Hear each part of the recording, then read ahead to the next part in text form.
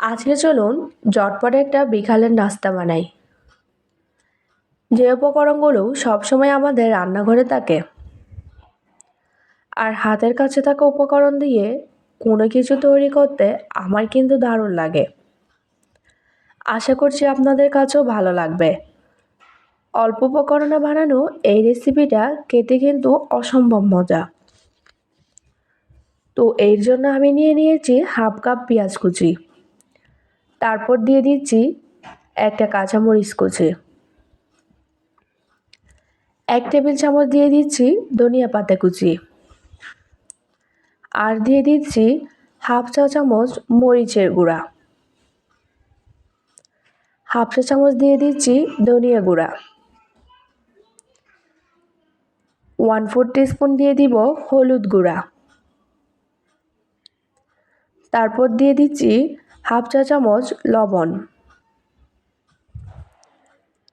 1 চা চামচ দিয়ে দিব টমেটো সস। এই পাকোড়াগুলো এমনিতে অনেক মুচমুচে হয়, তবে আমি আরেকটু মুচমুচে করার জন্য এখানে দিয়ে দিচ্ছি একটা ডিম। এবার সব উপকরণগুলো একসঙ্গে খুব ভালোভাবে মাখিয়ে নিব।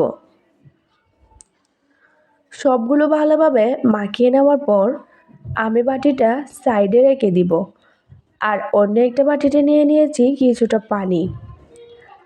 পানিতে দিচ্ছি 2 পিস পাউরুটি। পাউরুটিগুলো একটু পানিতে ভিজিয়ে নিব, তবে খুব বেশি সময় ধরে পাউরুটিগুলোকে ভিজিয়ে রাখা যাবে না। এবার পাউরুটিগুলো হাত দিয়ে চেপে চেপে পানিটা খুব ভালো করে বের করে নিব। এখন পাউরুটিগুলো এখানে দিয়ে দিচ্ছি, তারপর ভালো করে সব কিছু মিশিয়ে নিব। এখন বাইন্ডিংয়ের জন্য দিয়ে দিব হাফ কাপ ময়দা। আবারও সব কিছু ভালোভাবে মিশিয়ে নিব। চুলায় একটা প্যান বসিয়ে আমি পরিমাণ মতো তেল গরম করে নিয়েছি। তারপর পাকোড়াগুলো একে একে তেলের মধ্যে ছেড়ে দিব। এই পাকোড়াগুলো আপনাদের পছন্দ মতো যে কোনো শেপ দিয়ে বানাতে পারেন।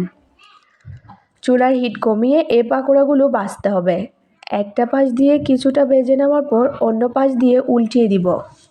ভাজতে কিন্তু বেশিক্ষণ সময় লাগবে না। একদমই মুচমুচে আর ভিন্ন স্বাদে পাকোড়াগুলো কিন্তু আপনারা পরিবেশন করতে পারেন বিকালের চায়ের সাথে।